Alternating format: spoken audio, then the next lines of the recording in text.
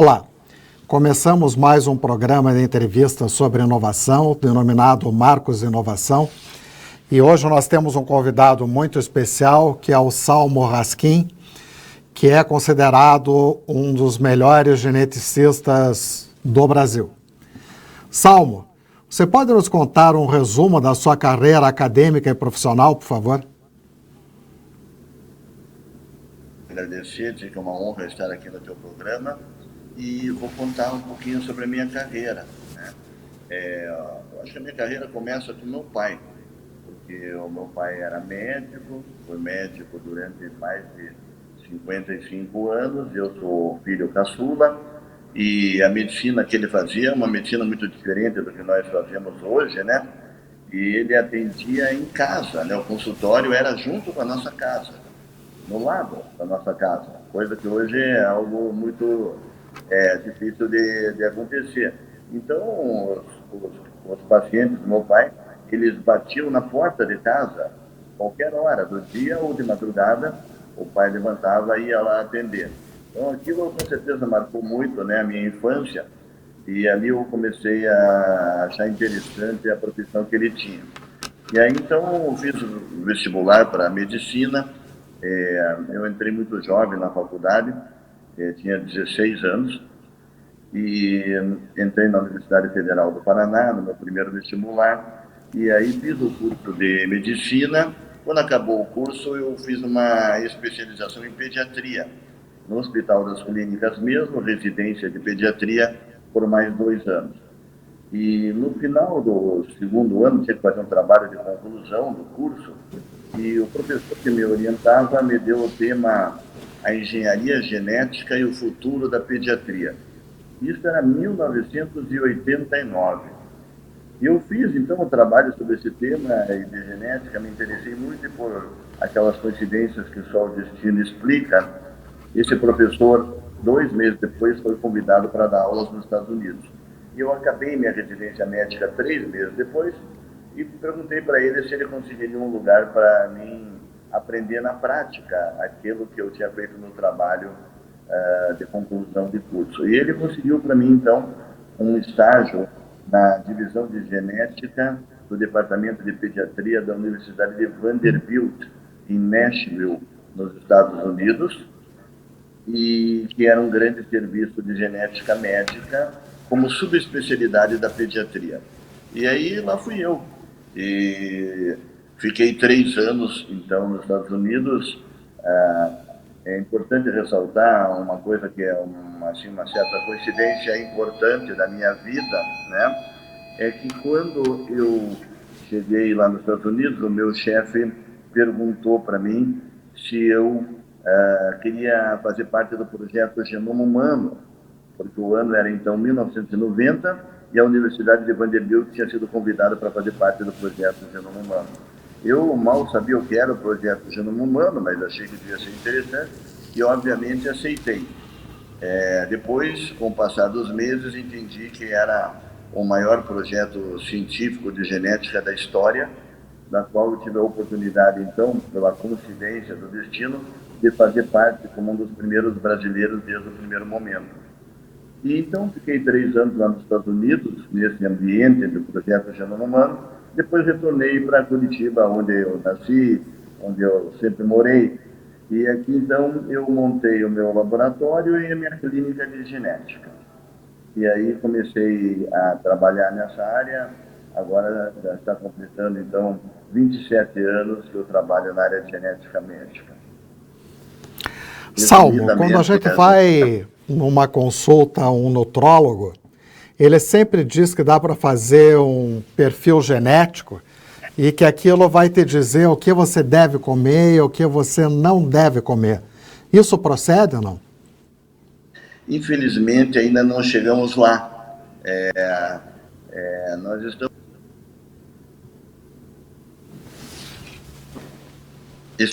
próximos desse momento, onde nós poderíamos, através da análise do material genético, conseguir entender melhor como o organismo se comporta frente aos alimentos e a outras questões. Mas ainda não temos o conhecimento suficiente para que esse tipo de análise possa entregar aquilo que ela está prometendo.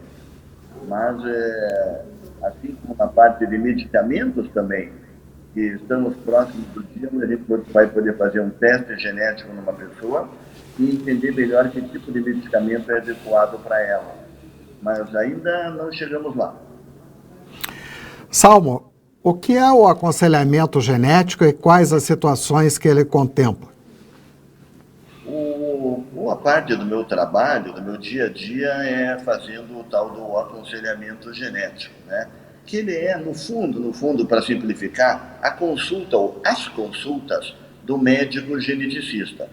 É onde a gente vai tentar entender se aquela questão que está trazendo a pessoa aqui é de ordem genética, entender qual é essa questão, entender o que isso implica para a pessoa, para a saúde da pessoa, o que implica para os futuros filhos dessa pessoa, para outros parentes dessa pessoa, para a família como um todo. Entender, chegar a uma conclusão e depois poder explicar tudo isso para a família e tentar interferir naquilo que a genética estava predispondo para minimizar os efeitos genéticos, é o papel do aconselhamento genético. Você é também um pesquisador. Quantos artigos científicos você já publicou e sobre o que eles tratam? Esse período que eu vivi nos Estados Unidos, né, com certeza ele abriu a minha apetite assim, para ver como é bonita a área de pesquisa, né, e de ciências, que lá, eu diria que, infelizmente, né, é muito mais desenvolvido do que aqui no Brasil. Mas eu sempre gostei de fazer a pergunta por quê? Por quê, por quê, por quê, por quê? E mesmo sem chegar a uma resposta, sempre se perguntar o porquê.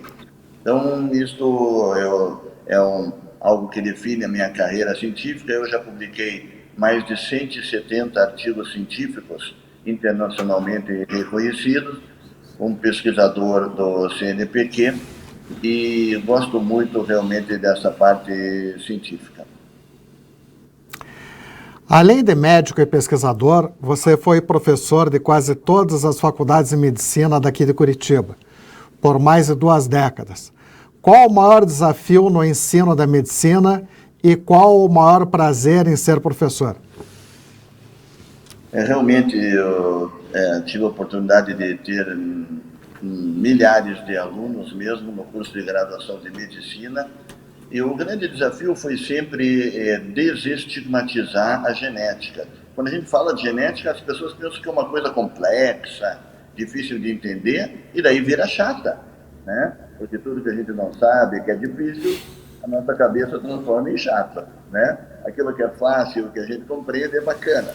Então, o meu papel sempre foi, com alunos de medicina, tentar ensinar a genética de uma maneira mais simples, que ele pudesse compreender e gostar, e entender a importância que conhecer a genética tem na medicina do século XXI. O grande prazer que eu tenho é ver esses alunos. Hoje, obviamente, muitos deles, a grande maioria, são colegas, médicos colegas, e que muitas vezes entram em contato comigo e me chamam carinhosamente de professor, né, ou professor. Então, para mim é um orgulho muito grande ouvir médicos que ultrapassaram o mestre, mas ainda me chamando de professor, que eu gosto muito. O seu laboratório é um dos pioneiros em análise de DNA no Brasil. Que tipo de exames genéticos as pessoas fazem, normalmente? Então, isto mudou muito com o passar dos anos, né? Realmente nós acabamos sendo um dos pioneiros, porque começamos, como eu falei, o laboratório ele foi inaugurado em 1993. Hoje todo mundo fala de genética, né? E de testes genéticos, mas em 1993 era só um sonho de um jovem médico.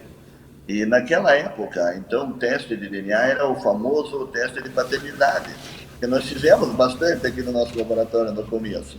Mas depois, obviamente, essa área teve uma explosão de conhecimentos e hoje os testes são muito mais amplos e mais sofisticados e eles são capazes de estudar o material genético inteiro de uma pessoa, podem nos responder se aquele problema da saúde que a pessoa está tendo é de origem genética, qual é o problema de saúde, qual é o nome desse problema e o que a medicina já sabe sobre isso.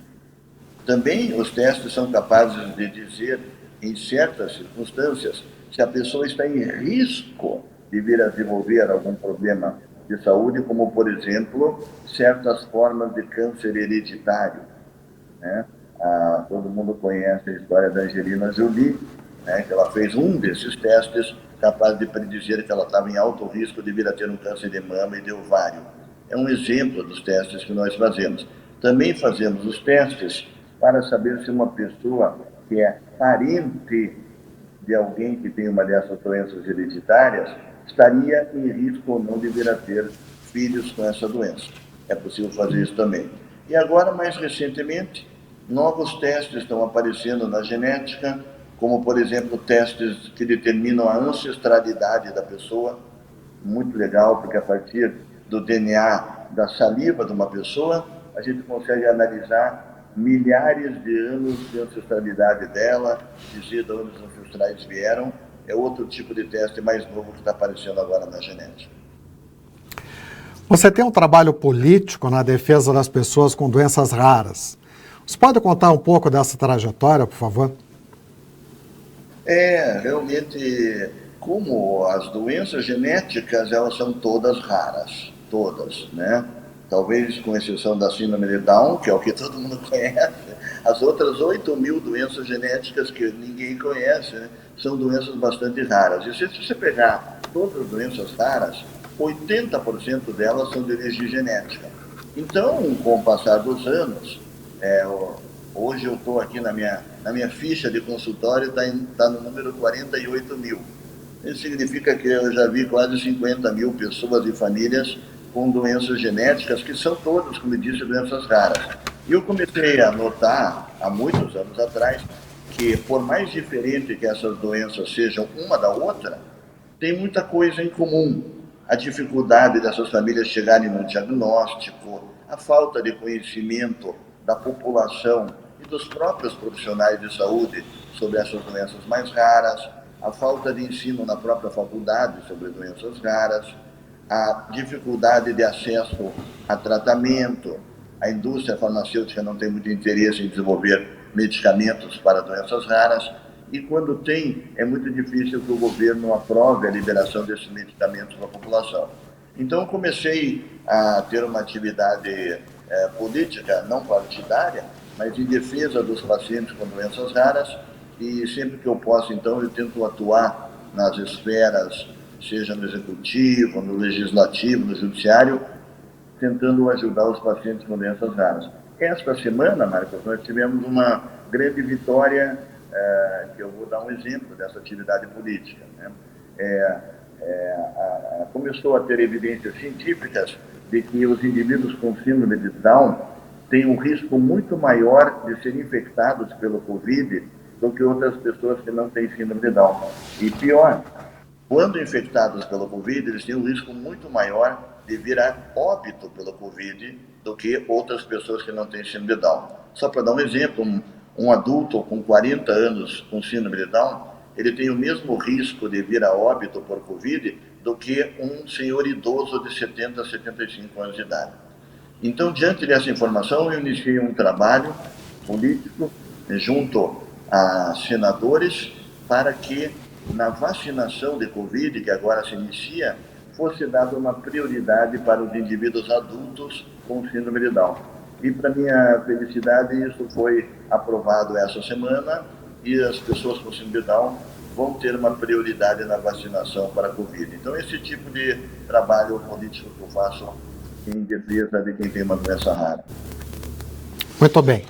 Tem algumas doenças que são mais suscetíveis à genética do que outras? Sim, sim.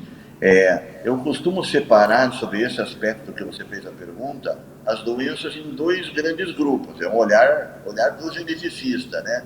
Existe um grupo enorme de doenças, como eu disse, 8.000 doenças, que a maioria das pessoas mal conhece o nome delas, e essas são praticamente determinadas pela genética da pessoa. Em outras palavras, Se você tiver uma alteração em determinado lugar do material genético, você vai acabar desenvolvendo essa doença, com pouca influência do meio ambiente. Então, são muitas doenças raras, desconhecidas, com a genética extremamente determinante. Vou citar 2 ou 3 nomes, porque, como eu disse, as pessoas mal e mal conhecem o nome dessas doenças, né? A anemia falciforme, fibrose cística, hemofilia, talassemias, atrofia muscular espinhal. Citei 5 entre 8 mil que existem. E existe um segundo grupo de doenças genéticas, que essa é justamente o contrário. São poucas, uma centena mais ou menos, não 8 mil. Elas são as mais frequentes da população, e não as mais raras, como eu falei agora há pouco, e elas não são totalmente determinadas pela genética. Tem uma influência grande do meio ambiente. Então, nesse grupo, a gente pode colocar a obesidade, a hipertensão arterial, diabetes, tendência a ter um acidente vascular cerebral e o próprio câncer.